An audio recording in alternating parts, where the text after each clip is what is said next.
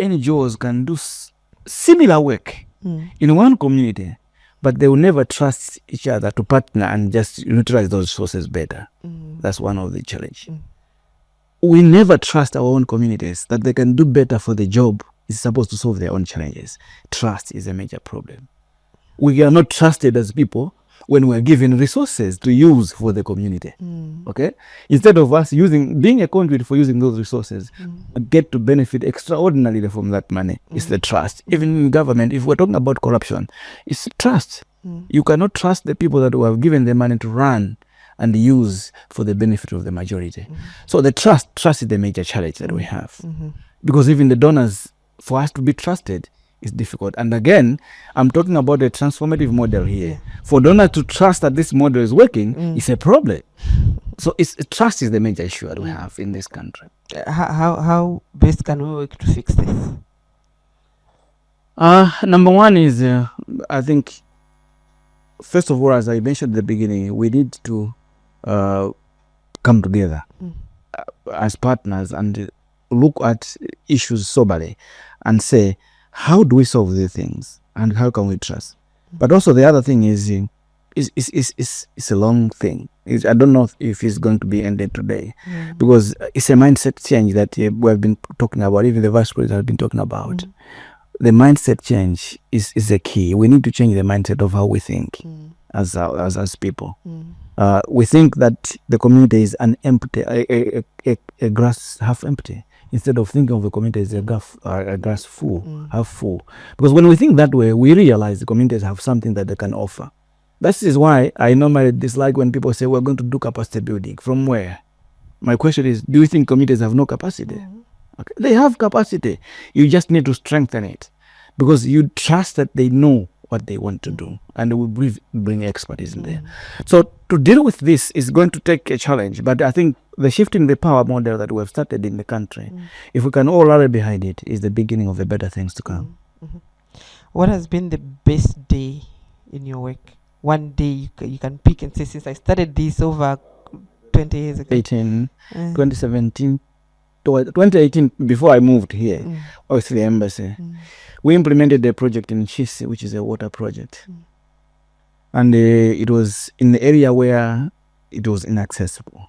Forever, there's never been water there. So I think it was on 25th of July, of May 2018, when we had implemented that water. It's unarticulated tap water. And we went to inauguration with my friend Ben Frey there. He was my boss at the embassy. An almost 93-year-old woman come running to me with tears and hugged me.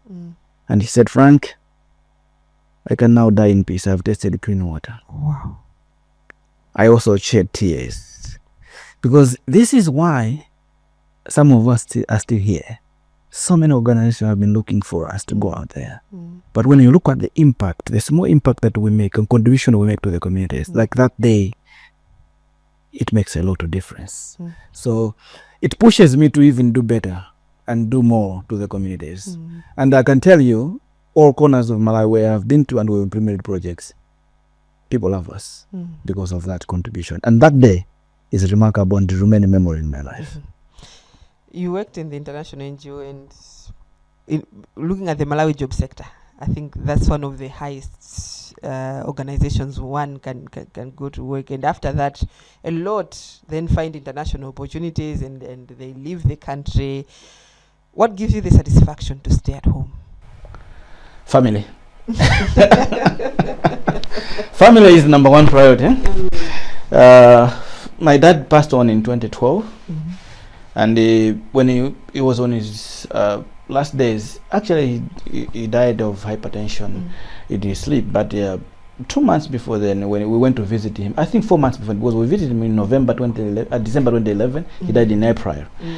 So when we were chatting, he said, Frank, I can see now you have grown up. Even if I die, you're going to take care of your mother and your children and your siblings. So that keeps ringing I think keeps me pushing me going to stay home, because my mother is now 70s plus. I need to take care of her. That's number one. Number two, is the audio that I narrated to you, the change that the small contributions that we can make to the society in Malawi. Because it is, for me, most of us in Malawi are uneducated. And I'll explain that. Because we have gone to school to do agriculture and we're not doing food security. We have gone to do engineering, and look up now, women are still pounding stones with the hammer today. We're not inventing something to change. So you are not educated until your education is put into good use to transform the communities. So I believe my rural development degree is only impactful if communities are able to see the transformation, the better lives from the work that I'm doing. And that pushes me to stay at home. And I believe, I've even told my wife, she says now and then, why are you not applying for jobs? I said, I'm going to die here. I'm going to make my Malawians live better lives. You've mentioned the point of family. Where are your siblings now? You mentioned of the first two. Yes. Just give us a breakdown of where they are. Yeah, so I'm the first, and the second born is a lady. She's married. She stays in Mzuzu. She didn't do well with school, so she's doing her business. And then the brother, the third born, is in South Africa. He's doing his purchasing and supply work in South Africa there. The fourth born, who I've completely raised it in my home, is working with Wandikweza as the monitoring and evaluation manager there. And then the last two were girls who are twins. The older one is a chef in Mzuzu. She did tourism. And the last one ran away from school, so she's just married and staying at home in the village. So that's where they are. Being a firstborn, it's a big responsibility. It is. What does it entail to anchor the family? Yeah, I think the hard part about it is I started while very young. So it entails, one, humility. You have to be very humble with yourselves, and acceptance that you are a second parent. Because especially when you are coming from a very poor background, and you are the first, and I mentioned this, the first to be educated in the whole village. That means a lot. So just an extent to that, we have not just educated our family, we have also educated other people within the family, within the village. Extended families. So it really entails being not stingy with your resources, because you are carrying the whole family on your shoulders, being the firstborn. So we have really, starting from just day one, when we got married with Susan, they gave us, my brother, say, you are going to raise them. Okay, so just day one, imagine you were starting a family with your own responsibility already. So that kind of acceptance, and it requires you also to have a partner who also understands that. And I appreciate it for my wife, who is really at the center of everything, understands everything. We have been together through a lot, but it is that kind of understanding. But above all, just the love of humanity. It entails being a love of humanity. I, as a person, I love human life.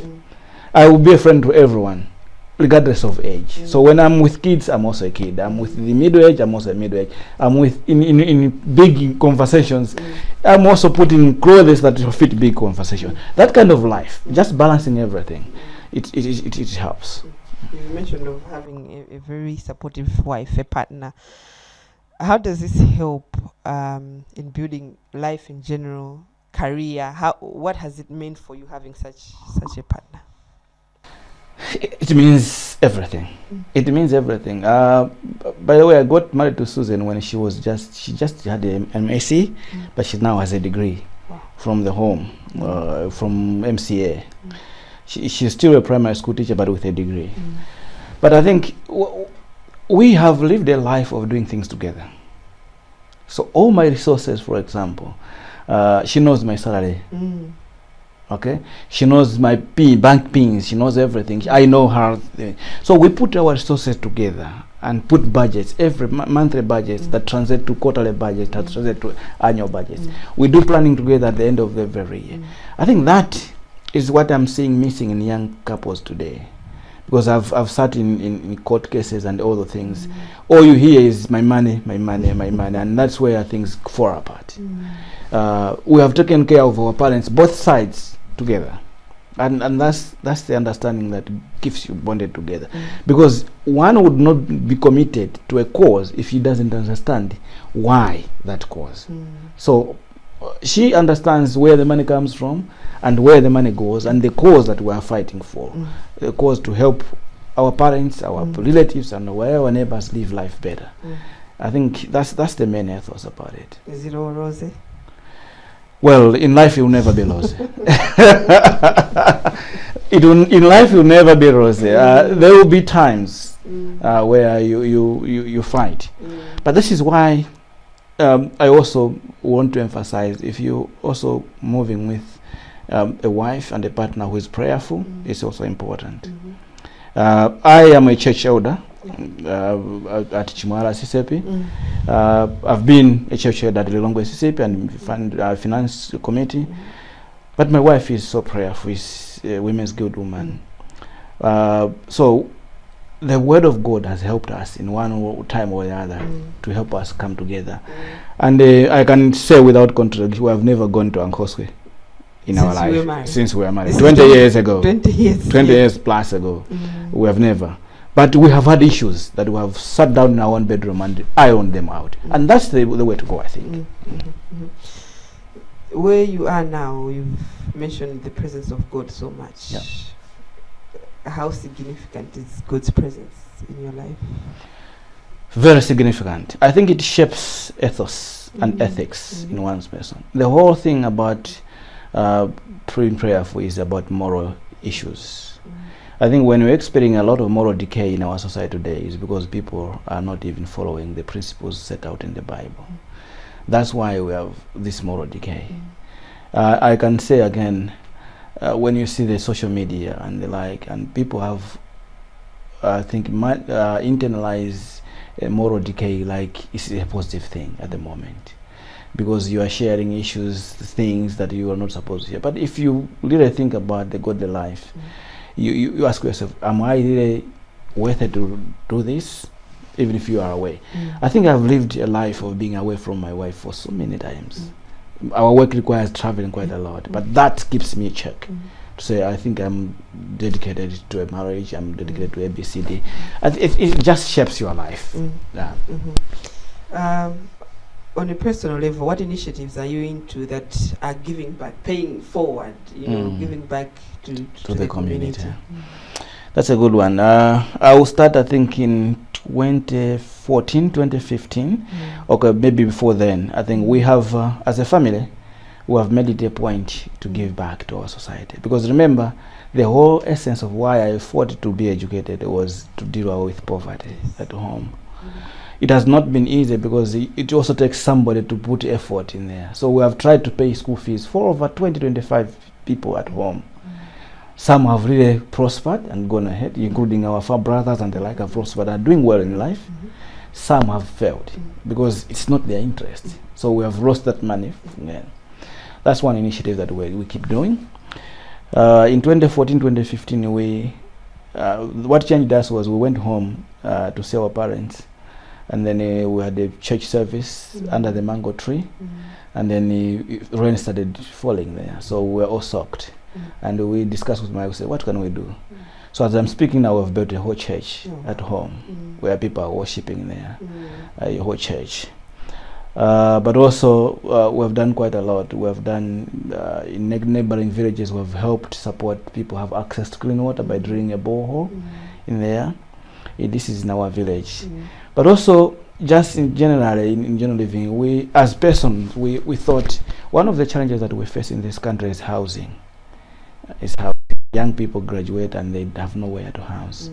Again, we've tried to put up housing for people in Blantyre. We have one in Zuzu. We have, and then we have also in Lilongwe. We are completing some housing so that young people can do use there as part of giving them the time and the resources where they can also explain there.